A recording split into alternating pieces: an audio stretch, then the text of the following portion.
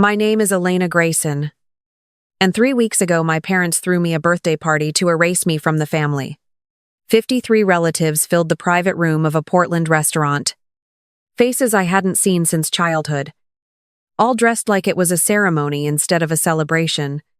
I stood in the doorway holding the gift I'd bought for myself. And no one said a word. My mother smiled too perfectly and motioned toward the single empty chair at the center of the table. I sat down because silence felt safer than guessing what this really was. My father raised a glass and said, "Tonight we make an announcement." He didn't look at me when he added, "This isn't about celebration, but responsibility." My stomach turned as my mother unfolded a sheet of paper. Her voice calm as she said, "We're here to settle family matters. Darling, once and for all." I tried to laugh, asking if this was some elaborate joke, but she simply placed the paper in front of me and said, "It's time you acted like an adult."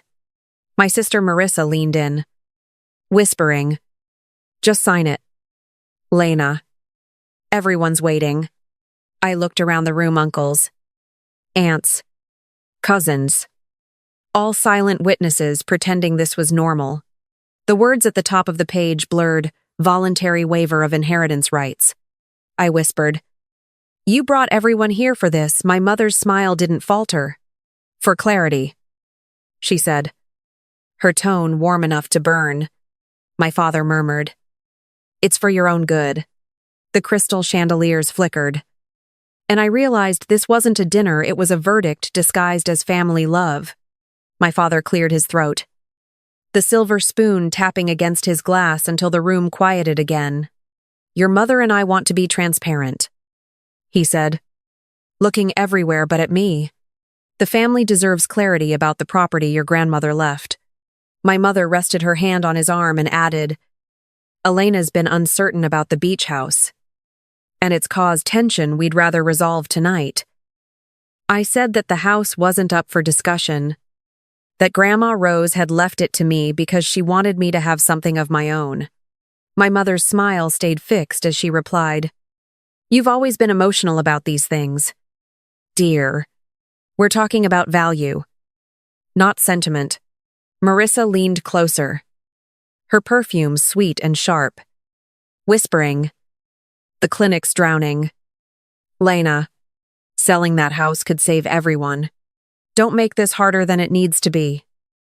I asked if they'd really gathered 53 people just to pressure me into selling a home that wasn't theirs. My mother's tone softened in a way that chilled me. "Sweetheart, no one is pressuring you. We just want what's fair." My father nodded, murmuring that I should think of family legacy.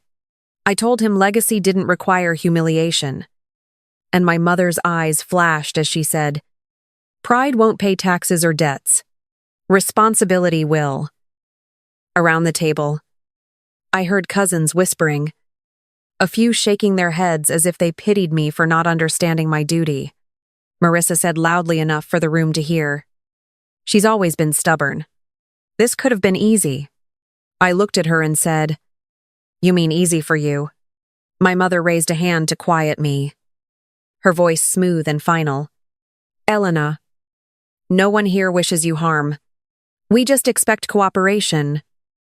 The word hung in the air until it felt like a command. My father folded his hands and said, "Sign it, and we can all move on." I stared at the page, at my own name printed neatly beneath a blank line, and said quietly that moving on shouldn't require erasing myself. The chandelier light glinted on the pen as my mother slid it toward me, and the room waited to see if obedience still lived in my hands. My father leaned forward and said, "Elena, everyone's waiting. Don't make this unpleasant." I told him that unpleasant was inviting an entire family to witness blackmail. My mother's tone sharpened. "You're being dramatic again. We're simply formalizing what's right." I asked, "Right for whom?" And she replied, "For the people who actually care about this family's future." Marissa folded her arms, saying, "You're overreacting. It's just a house." I looked at her and said, "It's not a house. It's the only place that ever felt honest. My mother cut in. Honesty doesn't pay bills. Elena, you've been hiding behind clay and sentiment long enough. I said that maybe her kind of honesty had a price tag. But mine didn't come with interest rates. The room murmured. Relatives whispering my name like it was contagious. My father pressed the pen toward me again and said, "Sign it. And you'll walk away with dignity." I told him dignity couldn't be handed across a table. Marisa scoffed. Then stop pretending you're some kind of martyr. My mother's voice rose slightly. Enough. You've embarrassed us long enough with this defiance. I asked if that was what she called it, defiance, for wanting to keep something that was mine. She said, "You've always been ungrateful. But tonight you're reckless." My father muttered, "She's not thinking straight." I said I'd never been clearer. The silence that followed was thick, full of the kind of pity that always hides judgment. My mother turned to the relatives and said, "We tried everything. Education, opportunity, patience. But she chose failure." I told her she'd mistaken peace for failure. Marissa laughed softly, saying, "Listen to yourself. You sound unhinged." I met her stare and said, "Maybe unhinged looks like finally closing the door you keep walking through." My father said my grandmother would be ashamed. And I said he clearly hadn't known her like I did. The whispers turned into quiet gasps. And my mother hissed my name through clenched teeth. "Do not test me." "Elena." I told her she already had. The chandelier hummed faintly overhead. And the lawyer in the corner shifted his weight as if waiting for the verdict. I laid the pen flat on the paper and said, "If you wanted obedience, you should have raised someone else." The sound of that sentence hung heavier than silence. And no one dared breathe until I pushed the document back across the table. I told them I wasn't signing anything until I read something of my own. My mother frowned and said, "This isn't the time for your dramatics." I reached into my purse and said, "Then it's exactly the time." My father asked what I was doing. And I answered, "Finishing what Grandma Rose started." The paper trembled slightly in my hands as I unfolded the letter. Her handwriting looping and certain. "If you're reading this, Lena, then things have happened exactly as I feared." It began. My mother's voice cut through the air. "What is that?" I said. "Her last words to me," my father muttered. "This is unnecessary." But no one looked away as I read. "Your mother sees people as extensions of herself," the letter said, "and she will try to take what doesn't belong to her." My mother's color drained. Whispering, "Elena, stop this." I kept reading. "She will use guilt, family, even shame, to make you surrender. Don't." The cousins stared between us as if waiting for permission to breathe. I read the next line aloud. "If you ever feel alone in that room, look for Patricia. She knows the truth." My mother froze, her lips parting before she could hide the fear. I said quietly, "Who's Patricia?" and a woman's voice came from the back of the room. "That would be me." My mother turned, her composure cracking. "You shouldn't be here." The woman stepped closer. Gray hair tied back. Face familiar in a way that hurt. "It's been 20 years. Victoria," she said. "But I promised Rose I'd come when you tried this again." My father said, "Patricia, this is private." And she replied, "So was what you did to her." My mother hissed. "You were erased for a reason." Patricia said, "Erased doesn't mean gone." "Dear sister." The table rippled with whispers as she placed a small recorder on the linen. My mother's eyes widened. And Patricia said, "Mom recorded everything the plan to force Elena to sign. The threats. Even your laughter." The lawyer shifted, asking, "Is that admissible?" And Patricia smiled faintly. "Single-party consent in Oregon. Counselor, My mother's voice cracked. You stole from us, Patricia said. No. I kept what Mom wanted safe. The recording played. My mother's voice echoing clear. She'll fold like always. The sound of it made every whisper stop. My father reached for the device. But Patricia's hand was faster. I looked at my mother and said, You planned all of this. She whispered, You're twisting everything. I held up the letter and answered. Grandma already untwisted it. Patricia looked at me. Her voice steady. She wanted you to know you weren't alone.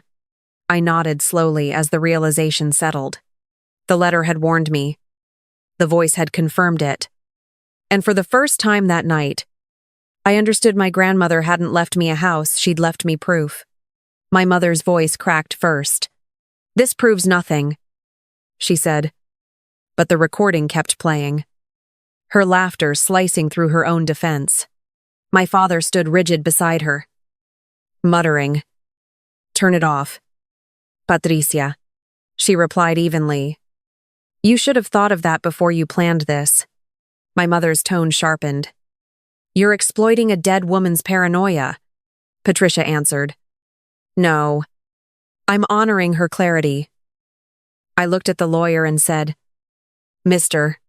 Beck, you're the notary here. You understand what coercion looks like.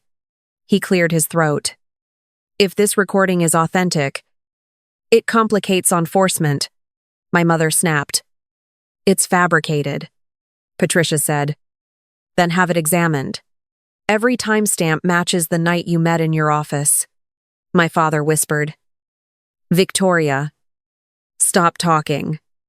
But she ignored him, saying, This family doesn't need your interference.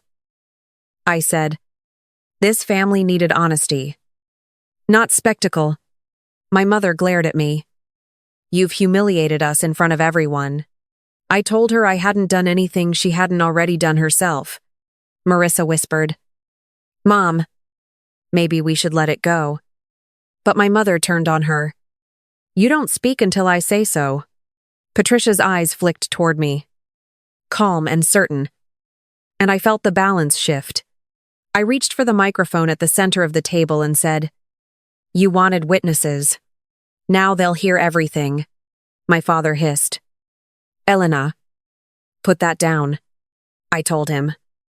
You taught me to stand still in front of pressure. Remember, tonight I'm just practicing, my mother said.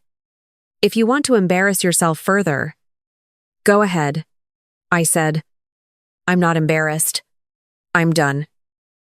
I turned to the room and said, The will includes a protection clause. Any signature obtained under duress or humiliation is void. Every person here just watched coercion. The lawyer looked away, murmuring, That's true under Oregon probate law. My mother's breath hitched as I added, And anyone contesting under bad faith forfeits their share. A ripple of silence moved across the table like a verdict. Patricia folded her arms, saying softly, You should have read the fine print. Victoria, my father said. You can't threaten us with legal jargon. I replied, It's not a threat. It's the law Grandma trusted you to follow. My mother whispered, You're turning the family against me. And I said, You did that when you turned them into witnesses. Marissa lowered her head, whispering, I didn't know it would go this far. I told her, You knew enough to stand by while it happened, she said. I just wanted help, I answered. You wanted my silence. My father spoke quietly. Let's end this before more damage is done. Patricia looked at him. The damage was done 20 years ago. My mother's hands trembled as she said, You think this recording makes you righteous? You were always jealous. Patricia's voice stayed steady. Jealous of what a life built on control. The room shifted again. Voices rising from every corner, relatives murmuring, chairs scraping as some began to stand. My mother shouted, Sit down, we're not finished. I said, We are. I turned toward the lawyer and asked, Do you still need my signature? He shook his head slowly, closing his folder. My mother's face went pale, and she whispered, "You'll regret this." I said, "Maybe, but at least it'll be my decision." Patricia placed a hand on my shoulder and said, "Rose would be proud." My father said, "You're walking out of this family." I told him, "No. I'm walking out of your shadow." Marissa called after me, "Lena, wait." But I didn't stop. My mother's voice broke behind me. "You'll come crawling back," I said without turning. "You taught me to crawl. Grandma taught me to walk." The murmurs faded as I reached the doorway, the chandelier light falling behind me. My father said something I didn't catch. Maybe my name. Maybe an apology too late to matter. Patricia's voice followed softly. "Leave it all. It's theirs now." I looked back once and said, "No. They already sold themselves cheap. The rest belongs to peace." Then I stepped into the corridor, carrying nothing but the letter that had already set me free. A week after the dinner, Patricia called to say the story had already spread. "Your mother's board voted her out," she said. And I answered, "They always cared more about reputation than truth." Patricia replied, "Now she has neither." I heard the ocean behind her through the phone, steady and alive, and said, "Then maybe Grandma finally got her justice." Marissa left a voicemail saying, "I didn't mean for it to fall apart. I deleted it before it ended," knowing that apology was only grief for lost power. My father sent an email titled "Moving Forward" with no message inside. Only his name beneath a blank page. I closed my laptop and said to no one, "That's as much as he'll ever say." A month later, I stood on the deck of the house at Cannon Beach as Patricia joined me with 2 mugs of coffee. She said, "You've made this place your own already." I told her, "It was never about owning. It was about belonging." She smiled and said, "Rose would have liked that answer." I nodded, watching the tide roll back like it was clearing space for new things to grow. We began hosting small pottery workshops. Just a few neighbors and friends. Patricia said, "You realize this is what she wanted, a home that still creates." I said, "Then let's keep creating." When evening came, she raised her mug and said, "To freedom built, not given," I answered, "To everything we kept." That night, as the waves softened outside, I looked around the room filled with clay and salt and the quiet hum of something starting again. The phone buzzed once with my mother's number, then stopped. I didn't answer. I simply whispered into the empty air, "This is peace. Grandma." I kept it safe. 3 weeks later, I stood on the deck as the sun fell into the Pacific, the air carrying the same salt my grandmother once breathed. Patricia called from inside, asking, "Are you coming in?" And I said, "In a minute." The light caught the rim of one of my finished bowls. And for the first time, it didn't feel like survival. It felt like life beginning on its own terms.